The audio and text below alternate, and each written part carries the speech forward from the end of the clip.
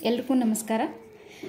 ಇವತ್ತಿನ ದಿನ ವರಮಹಾಲಕ್ಷ್ಮಿ ವ್ರತದ ಪೂರ್ವ ಸಿದ್ಧತೆ ಹೇಗಿರಬೇಕು, ಯಾವೆಲ್ಲ ಸಾಮಾನುಗಳನ್ನು ಮುಂಚಿತವಾಗಿ ತೆಗೆದಿಟ್ಕೋಬೇಕಂತ ಒಂದು ಲಿಸ್ಟ್ ಪ್ರಿಪೇರ್ ಮಾಡಿದ್ದೀನಿ. ಆ ಲಿಸ್ಟನ್ನು ನಿಮಗೆ ತೋರಿಸ್ತೀನಿ. ಹಾಗೆ ಯಾವುದಕ್ಕೋಸ್ಕರ ಇದನ್ನೆಲ್ಲ ತಗೋಬೇಕು ಅಂತ ಕೂಡ ಹೇಳ್ತೀನಿ.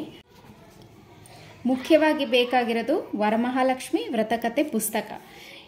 ಇದರಲ್ಲಿ ಲಕ್ಷ್ಮಿಯನ್ನು ಹೇಗೆ ಆಹ್ವಾನ ಮಾಡ್ಕೋಬೇಕು, ಯಾವ ರೀತಿ ಪೂಜೆಯನ್ನು ಮಾಡಬೇಕು, ಪ್ರತಿಯೊಂದನ್ನು ತಿಳಿಸ್ಕೊಟ್ಟಿರ್ತಾರೆ. ಅದಕ್ಕೋಸ್ಕರ ಮುಂಚಿತವಾಗಿಯೇ ನೀವು ಆ ವ್ರತದ ಕಥೆಯ ಪುಸ್ತಕವನ್ನು ತೆಗೆದಿಟ್ಕೊಂಡಿರಿ. ಮಹಾಲಕ್ಷ್ಮಿಗೆ 3 ಕಾಯಿಯನ್ನು ತಗೋಬೇಕಾಗುತ್ತೆ. ಒಂದು ಇಲ್ಲಿ ಕಾಯಿ ಹೇಗಿರಬೇಕಂದ್ರೆ, ಕಳಸಕ್ಕೆ ಇಡೋದನ್ನು ನಾವು ಸುಲಿದಿರಬಾರ್ದು. ಕಾಯಿ ಸುಲಿದೇ ಇರೋಂಥ ಕಾಯಿ ಒಂದು, ಇನ್ನು ಮಿಕ್ಕಿದೆರಡು ನಾರ್ಮಲಾಗಿ ಸುಲಿದಿರೋಂಥ ಕಾಯಿಯನ್ನು ತಗೋಬೇಕು. ಹಾಗೆ ಅರಿಶಿನ ಮತ್ತು ಕುಂಕುಮ, ಮನೆಯಲ್ಲಿ ಮಾಡಿರುವಂಥ ಅರಿಶಿನ ಇದ್ದರೆ ಉತ್ತಮ, ಇಲ್ಲ ಅಂತಂದರೆ ಪರವಾಗಿಲ್ಲ. ಶುದ್ಧ ಅರಿಶಿನ ಮತ್ತು ಶುದ್ಧ ಕುಂಕುಮವನ್ನು ತಗೊಂಡು ಬರೋದಕ್ಕೆ ಪ್ರಯತ್ನ ಪಡಿ. ಅರಿಶಿನ ಸ್ವಲ್ಪ ಜಾಸ್ತಿನೇ ಬೇಕಾಗುತ್ತೆ, ಯಾಕಂದರೆ ಮುತ್ತೈದರೆಲ್ಲ ಬಂದಾಗ ಅವ್ರಿಗೆ ಅರಿಶಿಣದಲ್ಲಿ ನೀರು ಕಲಿಸ್ಬಿಟ್ಟು ಅವ್ರಿಗೆ ಮುತ್ತೈದರಿಗೆ ಕೈಗೆ, ಕಾಲಿಗೆ, ಮುಖಕ್ಕೆಲ್ಲ ಹಚ್ಚೋದಕ್ಕೆ ಬೇಕಾಗುತ್ತೆ. ಅದಕ್ಕೋಸ್ಕರ ಸ್ವಲ್ಪ ಅರಿಶಿನ ಕ್ವಾಂಟಿಟಿ ಜಾಸ್ತಿ ಇರಲಿ. ಹಾಗೆ ಗೋಮೂತ್ರ, ಮನೆಯಲ್ಲೆಲ್ಲ ಪ್ರೋಕ್ಷಣೆ ಮಾಡೋದಕ್ಕೋಸ್ಕರ, ದೇವಿಗೆ ಪ್ರೋಕ್ಷಣೆ ಮಾಡೋದಕ್ಕೋಸ್ಕರ ಗೋಮೂತ್ರ ಹಳ್ಳಿ ಊರುಗಳಲ್ಲಾದರೆ ಸಿಗುತ್ತೆ, ಸಿಟಿಗಳಲ್ಲಾದರೆ ನಿಮಗೆ ಶಾಪಲ್ಲಿ ಸಿಗುತ್ತೆ ಗೋಮೂತ್ರ. ಹಾಗೆ ತುಪ್ಪದ ಬತ್ತಿ, ಕಡಲೆ ಪತ್ತಿ ಅಂತ ಕೂಡ ಕರಿತೀವಿ. ಇದನ್ನು ತುಪ್ಪದಲ್ಲಿ ಅದ್ದಿಟ್ಕೋಬೇಕು. ತುಪ್ಪದಲ್ಲಿ ಅದ್ದಿಟ್ಕೊಂಡ್ರೆ ನಿಮಗೆ ಮಂಗಳಾರತಿ ಮಾಡೋದಕ್ಕೆ ಯೂಸ್ ಆಗುತ್ತೆ. ಗೆಜ್ಜೆ ವಸ್ತ್ರ, ಅಂಗನೂಲು ಅಂತ ಕೂಡ ಕರೀತಾರೆ. ಗೆಜ್ಜೆ ವಸ್ತ್ರ ಅನ್ನೋದು ಬಹಳ ಮುಖ್ಯವಾದದ್ದು. ಎಲ್ಲ ದೇವಾನುದೇವತೆಗಳಿಗೂ ಕೂಡ ಗೆಜ್ಜೆ ವಸ್ತ್ರ ಅನ್ನೋದು ಪ್ರತಿಯೊಂದು ಪೂಜೆಗೆ, ಗಣೇಶನ ಪೂಜೆಗಾಗಿರ್ಬೋದು, ಲಕ್ಷ್ಮೀ ಪೂಜೆಗಾಗಿರ್ಬೋದು, ಸತ್ಯನಾರಾಯಣ ಸ್ವಾಮಿ ಪೂಜೆಗಾಗಿರ್ಬೋದು, ಗೆಜ್ಜೆ ವಸ್ತ್ರ ಅನ್ನೋದು ಬಹಳ ಮುಖ್ಯವಾಗಿ ಬೇಕು. ಹಾಗೆ ಬಳೆ ಲಕ್ಷ್ಮಿಗೆ ಬೇಕಾಗುತ್ತೆ. 5 ಬಳೆಯನ್ನು ಇಟ್ಟರೆ ಸಾಕಾಗುತ್ತೆ. ಅಲಂಕಾರಕ್ಕೋಸ್ಕರ ನೀವು ಹಾಕ್ತೀನಿ ಅಂತಂದರೆ ಜಾಸ್ತಿನೇ ತಗೊಳ್ಳಿ, ಅಥವಾ ನೀವು ಪಕ್ಕದಲ್ಲಿ ಇಡ್ತೀನಿ ಅನ್ನೋ ಹಾಗಿದ್ರೆ 5 ಬಳೆ ಸಾಕು. ಮುತ್ತೈದರಿಗೆಲ್ಲ ಬಳೆಗಳು ಕೊಡ್ತೀವಿ ಅಂತಂದರೆ ಹಸಿರು ಮತ್ತು ಕೆಂಪು ಬಣ್ಣದ ಬಳೆಗಳನ್ನು ಕೊಡಬಹುದು. ಎಲ್ಲರಿಗೂ ತುಂಬ ಜನ ಬರ್ತಾರೆ, ಕೊಡೋಕ್ಕಾಗಲ್ಲ ಅಂತ ಅಂದರೆ 5 ಜನ ಮುತ್ತೈದರಿಗೆ ಕೊಟ್ಟರು ಕೂಡ ಸಾಕು. ಕೆಂಪು ಬಳೆ ಯಾಕೆ ಅಂದರೆ, ಕೆಂಪು ಬಳೆ ಬೇರೆಯವ್ರಿಗೆ ಕೊಡೋದ್ರಿಂದ ಒಳ್ಳೆಯದಾಗುತ್ತೆ ಅನ್ನೋದಕ್ಕೋಸ್ಕರ ಕೆಂಪು ಬಳೆ ಅಂತ ಹೇಳೋದು. ಡ್ರೈ ಫ್ರೂಟ್ಸ್ ಬೇಕಾಗುತ್ತೆ. ತುಂಬ ಜನ ಕಳಸಕ್ಕೆಲ್ಲ ಹಾಕೋದಕ್ಕೆ ಯೂಸ್ ಮಾಡ್ತಾರೆ. ಆದರೆ ಕೆಲವು ಕಡೆ ಎಲ್ಲ ಕಳಸಕ್ಕೆ, ವರಮಹಾಲಕ್ಷ್ಮಿಗೆ ಡ್ರೈ ಫ್ರೂಟ್ಸ್ ಎಲ್ಲ ಹಾಕೋದಿಲ್ಲ. ನೀರಲ್ಲಿ ಅರಿಶಿನ, ಕುಂಕುಮ ಆ ಥರ ಎಲ್ಲ ಹಾಕಿ ಒಂದು ಕಾಯಿನನ್ನು ಹಾಕ್ತಾರೆ ಅಷ್ಟೇ. ಅಡಿಕೆ ಬೇಕಾಗುತ್ತೆ ನಿಮಗೆ. ಲಕ್ಷ್ಮಿಗೂ ಕೂಡ ತಾಂಬೂಲಕ್ಕೆ ಅಡಿಕೆ ಬೇಕು, ಗಣೇಶನಿಗೆ ತಾಂಬೂಲ ಇಡ್ತೀವಿ ಅದಕ್ಕೂ ಅಡಿಕೆ ಬೇಕು. ಹಾಗೆ ಬಂದು ಮುತ್ತೈದರಿಗೆಲ್ಲ ನಾವು ತಾಂಬೂಲನ್ನು ಕೊಡ್ತೀವಲ್ಲ, ಅದರಲ್ಲೂ ಕೂಡ ಅಡಿಕೆ ಬೇಕಾಗುತ್ತೆ. ಹಾಗಾಗಿ ಅಡಿಕೆನ ಸ್ವಲ್ಪ ಕ್ವಾಂಟಿಟಿ ಜಾಸ್ತಿನೇ ತಗೊಳ್ಳಿ. ಆಮೇಲೆ ಅರಿಶಿನ ಕೊಂಬು ಬಹಳ ಮುಖ್ಯವಾಗಿ ಬೇಕಾದದ್ದು. ಯಾಕೆ ಅಂತ ಹೇಳಿದರೆ, ವರಮಹಾಲಕ್ಷ್ಮಿಗೆ ನಾವು ಅಥವಾ ಲಕ್ಷ್ಮೀ ಪೂಜೆ ಮಾಡ್ಬೋದು. ದೇವಿಗೆ ನಾವು ತಾಳಿಯನ್ನು, ಮಾಂಗಲ್ಯವನ್ನು ಹಾಕಬೇಕಾಗುತ್ತಲ್ಲ, ಈ ಮಾಂಗಲ್ಯ ಅರಿಶಿನ ಕೊಂಬಿಂದ ಕಟ್ಟಿದರೆ ತುಂಬ ಒಳ್ಳೆಯದು. ಅದಕ್ಕೋಸ್ಕರ ಅರಿಶಿನ ಕೊಂಬನ್ನು ತಗೊಂಡು ಬನ್ನಿ. ದಾರ 5 ಎಳೆ ದಾರ ಅಥವಾ 9 ಎಳೆ ದಾರ ಈ ಥರ ಎಲ್ಲ ಸಿಗುತ್ತೆ ಮಾರ್ಕೆಟಲ್ಲಿ. ನಿಮಗಿದು ಗೊತ್ತಾಗಿಲ್ಲ ಅಂದರೆ ನಾರ್ಮಲಾಗಿ ದಾರ ಸಿಗುತ್ತಲ್ವ, ಅದನ್ನೇ ನೀವು 5 ಎಳೆ ಅಥವಾ 9 ಎಳೆ ಮಾಡ್ಬೋದು. ಯಾಕೆ ಅಂದರೆ ಈ ದಾರ ಸುವಾಸಿನಿಯರಿಗೆ ಅಂದರೆ ಮುತ್ತೈದರಿಗೆ ನೀವು ದಾರಕ್ಕೆ ಅರಿಶಿನ ಕುಂಕುಮವನ್ನು ಹಚ್ಚಿ ಆ ದಾರದಲ್ಲಿ ಒಂದು ಹೂವನ್ನು ಇಟ್ಟು ಬಂದ ಮುತ್ತೈದರಿಗೆಲ್ಲ ಕಟ್ಟಿದರೆ ತುಂಬ ಒಳ್ಳೆಯದು. ಅದಕ್ಕೋಸ್ಕರ ಈ ದಾರವನ್ನು ತಗೋಬೇಕು. ಲಾವಂಚದ ಬೇರನ್ನು ಕಳಸದಲ್ಲಿ ಹಾಕೋದ್ರಿಂದ ಬಹಳಷ್ಟು ಒಳ್ಳೆಯದು. ಧನಲಕ್ಷ್ಮಿ ಒಲಿತಾಳೆ, ದುಡ್ಡಿನ ಯಾವುದೇ ಸಮಸ್ಯೆ ಇರೋದಿಲ್ಲ ಅಂತ ಲಾವಂಚದ ಬೇರನ್ನು ಹಾಕ್ತಾರೆ. ಇದು ಸಿಗೋದಿಲ್ಲ ಅಥವಾ ಹಾಕೋಕ್ಕಾಗೋದಿಲ್ಲ ಅಂತ ಹೇಳಿದರೆ ಏನೂ ತೊಂದರೆ ಇಲ್ಲ. ಅವಶ್ಯಕತೆ ಹಾಕಲೇಬೇಕು ಅಂತ ಏನೂ ಇಲ್ಲ, ಬಟ್ ಇದ್ದರೆ ಒಳ್ಳೆಯದು. ಹಾಗೆ ಪಚ್ಚ ಕರ್ಪೂರ, ಇದು ಪಾಯಸ ಈ ಥರ ಎಲ್ಲ ಮಾಡ್ತೀವಲ್ಲ ಅದಕ್ಕೆ ಯೂಸ್ ಆಗುತ್ತೆ. ಅದು ಮಂಗಳಾರತಿ ಮಾಡೋದಕ್ಕೋಸ್ಕರ ಕೂಡ ಯೂಸ್ ಆಗುತ್ತೆ. ಶ್ರೀಗಂಧದ ಪುಡಿ, ಗಂಧ ಅಂತ ಹೇಳಿದರೆ ಅಮ್ಮನವ್ರಿಗೂ ಕೂಡ ಬೇಕು. ಕೆಲವು ಕಡೆ ಎಲ್ಲ ಮುತ್ತೈದರಿಗೂ ಕೂಡ ಗಂಧ ಹಚ್ಚುತ್ತಾರೆ. ಕೆಲವರು ಮುತ್ತೈದರಿಗೆ ಗಂಧವನ್ನು ಹಚ್ಚೋದಿಲ್ಲ. ನೀವು ಗಂಧದ ಪುಡಿಯನ್ನಾದರೂ ತಗೋಬೋದು, ಅಥವಾ ಗಂಧದ ಕಟ್ಟಿಗೆ ಅಂತ ಹೇಳಿ ಬರುತ್ತಲ್ಲ ಅದನ್ನು ಗಂಧವನ್ನು ತೆಗೆದು ಹಚ್ಚಬಹುದು. ಎಳ್ಳೆಣ್ಣೆ ತುಂಬ ಮುಖ್ಯವಾಗಿ ಬೇಕಾಗುತ್ತೆ. ಯಾಕೆ ಅಂದರೆ ಮನೆಯಲ್ಲಿರುವ ಎಣ್ಣೆಯನ್ನು ಹಾಕ್ಬೋದು, ಆದರೆ ಪೂಜೆಗೆ ಎಳ್ಳೆಣ್ಣೆ ಹಾಕೋದು ತುಂಬ ಶ್ರೇಷ್ಠ. ದೀಪಕ್ಕೆ ಹಚ್ಚೋಕ್ಕೆ ಎಳ್ಳೆಣ್ಣೆ ತುಂಬ ಶ್ರೇಷ್ಠ ಅಂತ ಹೇಳ್ತಾರೆ. ಅದಕ್ಕೋಸ್ಕರ ಎಳ್ಳೆಣ್ಣೆಯನ್ನು ಒಂದು ಚಿಕ್ಕದ ಬಾಟಲ್ ಸಿಗುತ್ತೆ, ಅದನ್ನು ಯೂಸ್ ಮಾಡ್ಬೋದು. ಒಣ ಕೊಬ್ಬರಿ ಅಂದರೆ ಹೋಳುಗಾಯಿ ಅಂತ ಕರಿತೀವಲ್ಲ, ಒಣ ಕೊಬ್ಬರಿ ಅದು. ಯಾಕೆಂದರೆ ಇದು ಉಡಿಯಕ್ಕಿ ಅಂದರೆ ಮಡಿಲಕ್ಕಿ ಅಂತ ಕರಿತೀವಿ, ಉಡಕ್ಕಿ ಅಂತ ಹೇಳಿ ಕರಿತೀವಿ. ಆ ಉಡಿಯಕ್ಕಿ ತುಂಬಬೇಕಾದ್ರೆ ಒಣ ಕೊಬ್ಬರಿ ಬೇಕಾಗುತ್ತೆ. 2 ಒಣ ಕೊಬ್ಬರಿ ಇದ್ದರೆ ಸಾಕು. ಹೋಳುಗಾಯಿ 2 ಇದ್ರೂ ಕೂಡ ಸಾಕಾಗುತ್ತೆ. ಆಮೇಲೆ ಬೆಲ್ಲದಲ್ಲಿ ದೀಪವನ್ನು ಕೂಡ ಹಚ್ಚುತ್ತಾರೆ. ಮಂಗಳಾರತಿ ಮಾಡಬೇಕಾದ್ರೆ ದೀಪವನ್ನು ಹಚ್ಚುತ್ತಾರೆ. ಹಾಗೆ ನಿಮಗೆ ಅದು ಹಚ್ಚೋ ಪದ್ಧತಿ ಇಲ್ಲ ಅಂತ ಹೇಳಿದರೆ ಏನೂ ತೊಂದರೆನೂ ಇಲ್ಲ. ಒಣ ಕೊಬ್ಬರಿ ಅಂದರೆ ನಾವು ಮಡಿಲಕ್ಕಿ ಅಂದರೆ ಉಡಕ್ಕಿಯನ್ನು ಹಾಕ್ತೀವಲ್ಲ, ಅದರಲ್ಲಿ ಒಣ ಕೊಬ್ಬರಿ ಮತ್ತು ಬೆಲ್ಲವನ್ನು ಇಟ್ಟರೂ ಕೂಡ ಸಾಕು. ಮಹಾಲಕ್ಷ್ಮಿಗೆ ನೀವು ಅಭಿಷೇಕವನ್ನು ಮಾಡ್ತೀನಿ ಅನ್ನೋ ಹಾಗಿದ್ರೆ ಜೇನುತುಪ್ಪ, ಆಕಳದ ಹಾಲು, ಆಕಳದ ಮೊಸರು, ಆಕಳದ ತುಪ್ಪ ಇವೆಲ್ಲ ಬೇಕಾಗುತ್ತೆ. ಅದು ನಿಮ್ಮ ಮನೆಯಲ್ಲಿ ಚಿಕ್ಕದಾದ ಮೂರ್ತಿ ಇದ್ದರೆ ಮಾಡ್ಕೋಬೋದು. ಇಲ್ಲ ಅಂತಂದರೆ ಏನೂ ತೊಂದರೆ ಇಲ್ಲ. ಇರೋವಂತಹ ಕಳಸಕ್ಕೆ ನೀವು ಪೂಜೆ ಮಾಡಿದರೆ ಸಾಕಾಗುತ್ತೆ. ಇದು ಕಂಪಲ್ಸರಿ ಮಾಡಲೇಬೇಕು ಅಂತ ಏನೂ ಇಲ್ಲ, ಮಾಡ್ಕೋಬೋದು. ಇದ್ದರೆ ಒಳ್ಳೆಯದು, ಇಲ್ಲ ಅಂತಂದರೆ ನಡೆಯುತ್ತೆ. ಅಮ್ಮನವ್ರಿಗೆ ಏನು ಅಂದರೆ ಭಕ್ತಿಯಿಂದ ಪೂಜೆ ಮಾಡಿದರೆ ಸಾಕು. ಶ್ರೀಫಲ, ಕಮಲ ಬೀಜ, ಗೋಮತಿ ಚಕ್ರ, ಗುಲಗಂಜಿ ಇವೆಲ್ಲವನ್ನು ನೀವು ಇಡಬಹುದು ಪೂಜೆನಲ್ಲಿ. ತುಂಬ ಒಳ್ಳೆಯದು ಇಟ್ಟರೆ. ಹಾಗಂತ ಇಡಲೇಬೇಕು, ಇಟ್ಟಿಲ್ಲ ಅಂತ ಹೇಳಿದ್ರೆ ಏನಾದರೂ ದೋಷ ಉಂಟಾಗುತ್ತಾ ಆ ಥರ ಏನೂ ಇಲ್ಲ.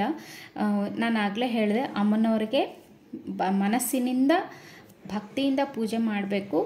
ಇದ್ದರೆ ಒಳ್ಳೆಯದು. ಇಲ್ಲ ಆಗೋದಿಲ್ಲ ತರೋದಕ್ಕೆ, ನಮಗೆಲ್ಲಿ ಸಿಗುತ್ತೆ ಅಂತ ಗೊತ್ತಿಲ್ಲ ಅಂತಂದರೆ ಏನೂ ತೊಂದರೆ ಇಲ್ಲ. ಭಕ್ತಿಯಿಂದ ಪೂಜೆ ಮಾಡಿ ಸಾಕು. ಹಾಗೆ ಮುಖ್ಯವಾಗಿ ಇನ್ನೊಂದು ಅಕ್ಕಿ ಹಿಟ್ಟು ಮತ್ತು ರಂಗೋಲಿ. ಇದಂತೂ ಎಲ್ಲರಿಗೂ ಸಿಗುವಂಥದ್ದೇ. ಇದು ರಂಗೋಲಿ, ಅಕ್ಕಿ ಹಿಟ್ಟು ಎಲ್ಲರ ಮನೆಯಲ್ಲೂ ಇರುತ್ತೆ. ನೀವು ರಂಗೋಲಿಯಿಂದ ಬಳಸಿ ಆದರೂ ರಂಗೋಲಿನ ಹಾಕ್ಬೋದು, ಅಥವಾ ಅಕ್ಕಿ ಹಿಟ್ಟಿನಾದ್ರೂ ಹಾಕ್ಬೋದು. ಕಳಸಕ್ಕೆ ನೀವು ಮುಂಚೆ ಕೂಡಿಸ್ಬೇಕಾದ್ರೆ ಮಣೆ ಮೇಲೆ ರಂಗೋಲಿಯನ್ನು ಹಾಕಿ ಆಮೇಲೆ ನೀವು ಕಳಸವನ್ನು ಕೂಡಿಸ್ಬೋದು. ಸೀರೆ ಮತ್ತು ಬ್ಲೌಸ್ ಪೀಸ್ ತುಂಬ ಬೇಕು. ನೀವು ಸೀರೆ ಉಡಿಸಿ ಪೂಜೆ ಮಾಡ್ತೀನಿ ಅನ್ನೋ ಹಾಗಿದ್ರೆ ಸೀರೆ ತಂದಿರ್ತೀರ, ಓಕೆ. ಬ್ಲೌಸ್ ಪೀಸ್ ಕೂಡ ಅಮ್ಮನವ್ರಿಗೆ ಒಂದು ಬೇಕಾಗುತ್ತೆ. ನೀವು ಮಡಿಲಕ್ಕಿ ಉಡಕ್ಕಿ ಅಂತ ಹೇಳ್ತೀವಲ್ಲ, ಅದರಲ್ಲಿ ಒಂದು ಬ್ಲೌಸ್ ಪೀಸ್ ಇಡಬೇಕು. ಹಾಗೆ ಇನ್ನೂ ಸ್ವಲ್ಪ ಬ್ಲೌಸ್ ಪೀಸ್ಗಳನ್ನು ನೀವು ಮುತ್ತೈದೆಯರಿಗೆ ತಾಂಬೂಲವನ್ನು ಕೊಡಬೇಕಾದ್ರೆ ಬ್ಲೌಸ್ ಪೀಸ್ ಬೇಕಾಗುತ್ತೆ. ಹಾಗಾಗಿ ಸ್ವಲ್ಪ ಬ್ಲೌಸ್ ಪೀಸಸನ್ನು ಜಾಸ್ತಿ ತೊಗೊಂಡು ಬಂದು ಇಟ್ಕೊಂಡ್ರೆ ಒಳ್ಳೆಯದು. ಈಗ ಏನು ಅಂತ ಹೇಳಿದರೆ, ವ್ರತ ಮಾಡಬೇಕಾದ್ರೆ ರಿಟರ್ನ್ ಗಿಫ್ಟ್ಸ್ ಕೂಡ ತುಂಬ ಜನ ಕೊಡ್ತಾ ಇದ್ದಾರೆ. ಅದು ಅವರವರಿಗೆ ಬಿಟ್ಟಿದ್ದು, ಕೊಡಲೇಬೇಕು ಅಂತ ಏನಿಲ್ಲ. ಇಷ್ಟ ಇದ್ದರೆ ಕೊಡ್ಬೋದು, ಇಲ್ಲ ಅಂತ ಹೇಳಿದರೆ ತಾಂಬೂಲವನ್ನು ಕೊಟ್ಟರೆ ಸಾಕು. ಆಮೇಲೆ ಒಡವೆಗಳು, ದೇವಿಗೆ ನೀವೇನೇನು ಅಲಂಕಾರ ಮಾಡಬೇಕು ದೇವಿಗೆ ಅಂತ ಅಂದ್ಕೊಂಡಿದ್ದೀರೋ ಆ ಒಡವೆಗಳನ್ನು, ಅಲಂಕಾರಿಕ ವಸ್ತುಗಳನ್ನೆಲ್ಲ ಮುಂಚೆನೇ ಎತ್ತಿಟ್ಕೊಂಡಿರಿ. ಹಾಗೆ ಪೀಠ, ಮಣೆ ಅಂತ ಹೇಳ್ತೀವಲ್ಲ, ಅದು ಬೇಕಾಗುತ್ತೆ. ನೀವು ಯಾವುದ್ರ ಮೇಲೆ ಕೂಡಿಸ್ತಾ ಇದ್ದೀರಿ, ಒಂದು ಟೇಬಲ್ಲು ಅಥವಾ ಟೇಬಲ್ ಮೇಲೆ ಅಂತ ಹೇಳಿದ್ರೆ ಪೀಠನೋ ಏನು ಬೇಕೋ ಅದನ್ನು ಮುಂಚಿತವಾಗಿ ರೆಡಿ ಮಾಡಿಟ್ಕೊಳ್ಳಿ. ಕಾಡಿಗೆ ಬೇಕಾಗುತ್ತೆ. ಕಾಡಿಗೆ ಅಂತ ಹೇಳಿದ್ರೆ ನೀವು ಮನೆಯಲ್ಲೇ ಮಾಡಿರೋಂಥ ಕಾಡಿಗೆ ಇದ್ದರೆ ಶ್ರೇಷ್ಠ. ಮನೆಯಲ್ಲಿ ಕಾಡಿಗೆ ಹೇಗೆ ಮಾಡೋದು ಅಂತ ಹೇಳಿ ನಾನು ನೆಕ್ಸ್ಟ್ ವೀಡಿಯೋನಲ್ಲಿ ಹೇಳ್ತೀನಿ ನಿಮಗೆ. ಹಾಗೆ ವೀಳ್ಯದೆಲೆ, ಓಕೆ, ಬಿಳಿ ಎಲೆ ಅಂತ ಕರಿತೀವಲ್ಲ, ವೀಳ್ಯದೆಲೆನೇ ತೊಗೊಂಡು ಬನ್ನಿ. ಇವು ಸ್ವಲ್ಪ ಜಾಸ್ತಿ ಇದ್ದರೆ ಒಳ್ಳೆಯದು. ಯಾಕೆಂದರೆ ಮುತ್ತೈದೆಯರಿಗೆ ಕೊಡಬೇಕಾದ್ರೆ ವೀಳ್ಯದೆಲೆ, ಅಡಿಕೆ, ಬ್ಲೌಸ್ ಪೀಸು ಇವೆಲ್ಲ ಬೇಕಾಗುತ್ತೆ. ಆಮೇಲೆ ಹೂಗಳು, ಹಾರ ಇವೆಲ್ಲನೂ ಬೇಕಾಗುತ್ತೆ. ಹಣ್ಣುಗಳು 5 ವಿಧವಾದ ಹಣ್ಣುಗಳು ಬೇಕು. 5 ವಿಧವಾದ ಹಣ್ಣುಗಳಲ್ಲಿ ಸ್ವಲ್ಪ ಹುಳಿ ಜಾಸ್ತಿ ಇರುವಂಥ ಹಣ್ಣುಗಳನ್ನು ತೊಗೊಂಡು ಬಂದರೆ ಒಳ್ಳೆಯದು. ಯಾಕೆಂದರೆ ಅಮ್ಮನವರಿಗೆ ಹುಳಿ ಪದಾರ್ಥ ಇಷ್ಟ, ಅದಕ್ಕೋಸ್ಕರ. ಆಮೇಲೆ ಬಾಳೆಕಂಬ 2 ಬೇಕಾಗುತ್ತೆ, ಆ ಕಡೆ ಈ ಕಡೆ ಅಲಂಕಾರಕ್ಕೋಸ್ಕರ ಕಟ್ಟೋದಕ್ಕೆ. ಅದು ಬಾಳೆಕಂಬ ಪೂಜೆಗೆ ಶ್ರೇಷ್ಠ ಅನ್ನುವಂಥದ್ದು. ಆಮೇಲೆ ಮುಖ್ಯವಾದದ್ದು ಬಾಳೆ ಎಲೆ ಮತ್ತು ಅಥವಾ ಪತ್ರೊಳೆ, ಇವೆರಡರಲ್ಲಿ ಯಾವುದಾದ್ರೂ ಒಂದು ಸಿಕ್ಕರೂ ಪರವಾಗಿಲ್ಲ. ಯಾಕೆಂದರೆ ನಾವು ಅಮ್ಮನವ್ರಿಗೆ ನೈವೇದ್ಯ ಏನು ಇಡ್ತೀವಲ್ಲ, ಆ ನೈವೇದ್ಯವನ್ನು ಪತ್ರೋಳಿ ಎಲೆ ಅಥವಾ ಬಾಳೆ ಎಲೆಯಲ್ಲಿಟ್ಟರೆ ತುಂಬ ಶ್ರೇಷ್ಠ. ಅದಕ್ಕೋಸ್ಕರ ನಾನು ಹೇಳ್ತಾ ಇರೋದು. ಪತ್ರೋಳಿ ಎಲೆ ಅಂತಂದರೆ ಈಗೆಲ್ಲ ಪ್ಲಾಸ್ಟಿಕ್ಕಿಂದೆಲ್ಲ ಸಿಗ್ತಾಯಿದೆ, ಅದು ಅಲ್ಲ. ಪ್ಲಾಸ್ಟಿಕ್ ಅಲ್ಲದೇ ಪತ್ರೋಳಿ ಎಲೆ ಅಂತಲೇ ಸಿಗುತ್ತೆ. ನಮ್ಮ ಮುಂಚೆ ಎಲ್ಲ ಇರ್ತಾ ಇತ್ತು. ನಿಮಗೆ ಯಾವುದು ಸಿಗುತ್ತೋ ಅದರಲ್ಲಿ ನೈವೇದ್ಯವನ್ನು ಇಟ್ಟರೆ ಬಹಳ ಒಳ್ಳೆಯದು. ಅದಕ್ಕೋಸ್ಕರ ಹೇಳ್ತಿರೋದು. ಆಮೇಲೆ ಎಲ್ಲರಿಗೂ ಗೊತ್ತಿರುವಂಥದ್ದು ದುಡ್ಡು. ಈ ದುಡ್ಡನ್ನು ಎಲ್ಲರೂ ಏನು ಮಾಡ್ತಾರೆ ಅಂತ ಹೇಳಿದ್ರೆ, ಎಲ್ಲರಿಗೂ ಕಾಣಿಸುವಂತೆಯೇ ದುಡ್ಡು ಇಡ್ತಾರೆ. ಆದರೆ ಕಾಣಿಸಿದ ರೀತಿ ದುಡ್ಡನ್ನು ಇಟ್ಟರೆ ಒಳ್ಳೆಯದು.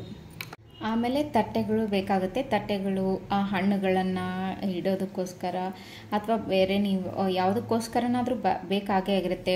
ಉಡಕ್ಕಿ ಹಾಕಬೇಕಾದ್ರೆ ತಟ್ಟೆ ಬೇಕು, ಇದಕ್ಕೆಲ್ಲನೂ ತಟ್ಟೆ ಬೇಕಾಗುತ್ತೆ. ಆಮೇಲೆ ಕೆಲವು ಅಕ್ಷತೆ, ಅಕ್ಕಿ ಬೇಕು.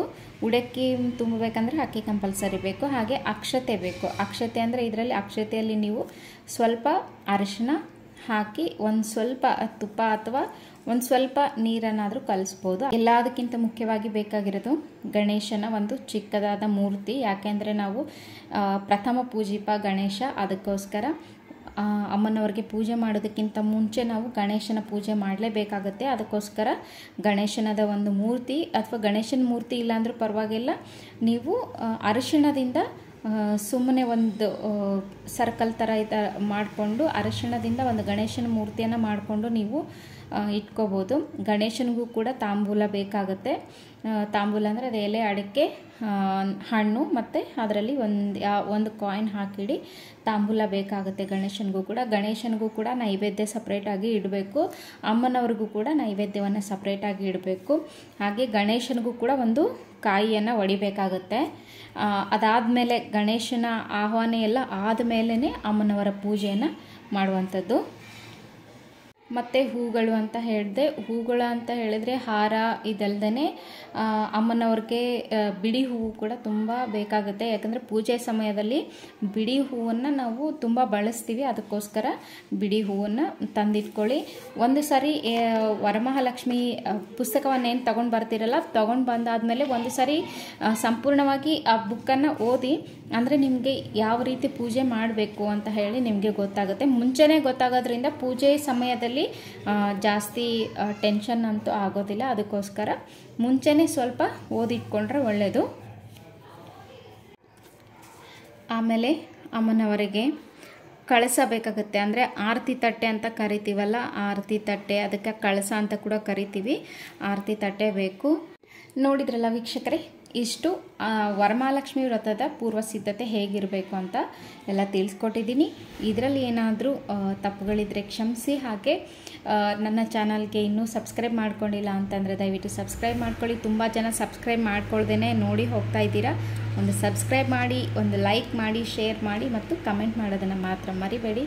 ಥ್ಯಾಂಕ್ ಯು ಸ್ನೇಹಿತರೆ. ಮತ್ತೆ ಮುಂದೆ ಒಳ್ಳೆ ಕಂಟೆಂಟ್ ಜೊತೆಗೆ ಮತ್ತೆ ಬರ್ತೀನಿ. ಅಲ್ಲಿವರೆಗೂ ಥ್ಯಾಂಕ್ ಯು.